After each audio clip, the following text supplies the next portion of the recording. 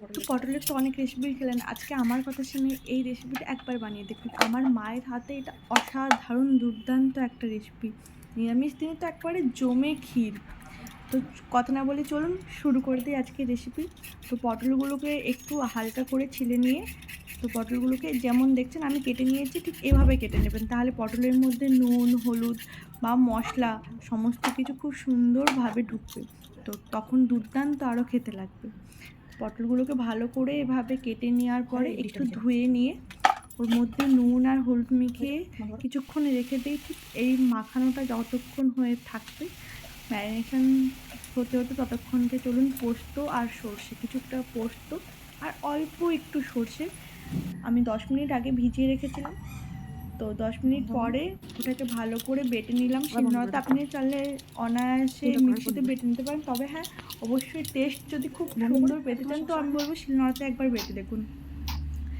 তারপর পটলগুলোকে একটু ভেজে নেব।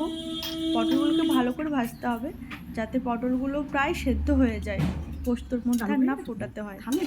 পটলগুলোকে ভালো করে ভেজে নিই। পটল ভাজা হতে হতে একটা কথা বলে রাখি, আমার মায়ের বানানোর যদি নিরামিষ কোনো পটলের আইটেম বলেন, আমার তো এটা সবথেকে ভালো লাগে। তো সেই জন্য আজকে এই রেসিপিটা আপনাদের সাথে শেয়ার করছি। যদি মনে হয় একবার বানিয়ে দেখতে পারেন। আমি এটুকু আশা করছি আপনারা নিরাশ হবেন না। হয়তো বারবারই এই রেসিপিটা খেতে ইচ্ছে হবে। তো চলুন দেখুন পটলটা সুন্দর করে আমার ভাজা হয়ে গেছে, প্রায় ম্যাক্সিমাম সেদ্ধও হয়ে গিয়েছে। তো তারপরে যে পোস্তটা বেটে রেখেছিলাম তোর মধ্যে একটু সরষের তেল আর একটু সামান্য হলুদ দিয়ে ভালো করে ফেটিয়ে নিতে হবে। তো তারপর কড়াইয়ের মধ্যে, শুকনো কড়াইয়ের মধ্যে কালো জিরে আর কাঁচা লঙ্কা দিয়ে 1 সেকেন্ড মতো নাড়ানাড়ি করা, ভাজা চলবে না, 1 সেকেন্ড মতো নাড়ানাড়ি করার পরে সরষের তেল দিতে হবে। সরষের তেল দিয়েও প্রায় 1 সেকেন্ড, এর বেশি রাখা যাবে না। তারপরে সাথে সাথে ওই পেস্টটা দিয়ে দিতে হবে।